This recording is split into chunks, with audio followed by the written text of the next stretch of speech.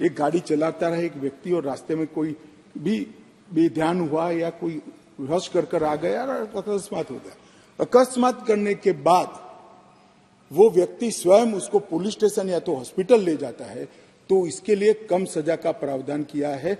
और hit and run case मरता हुआ छोड़कर कोई भाग जाता है तो इसके लिए हमने 10 साल की सजा का प्रावधान। मान्यवर,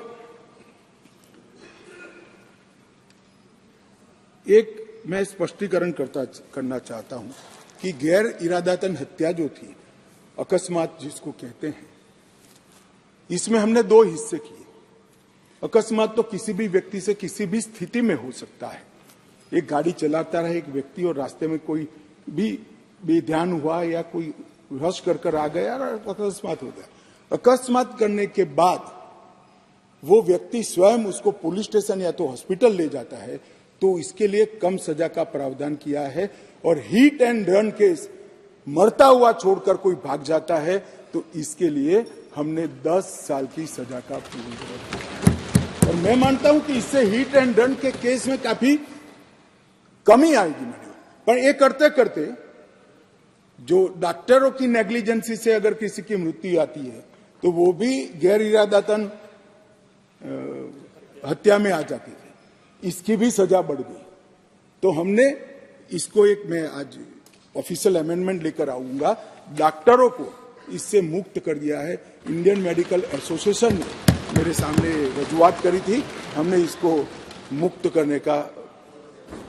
एक गाड़ी चलाता रहा एक व्यक्ति और रास्ते में कोई भी बेध्यान हुआ या कोई रश कर आ गया और अकस्मात हो गया। अकस्मात करने के बाद वो व्यक्ति स्वयं उसको पुलिस स्टेशन या तो हॉस्पिटल ले जाता है, तो इसके लिए कम सजा का प्रावधान किया है। और हिट एंड रन केस मरता हुआ छोड़कर कोई भाग जाता है तो इसके लिए हमने 10 साल की सजा का प्रावधान। मान्यवर, एक मैं स्पष्टीकरण करना चाहता हूं कि गैर इरादतन हत्या जो थी, अकस्मात जिसको कहते हैं, इसमें हमने 2 हिस्से किए। अकस्मात तो किसी भी व्यक्ति से किसी भी स्थिति में हो सकता है।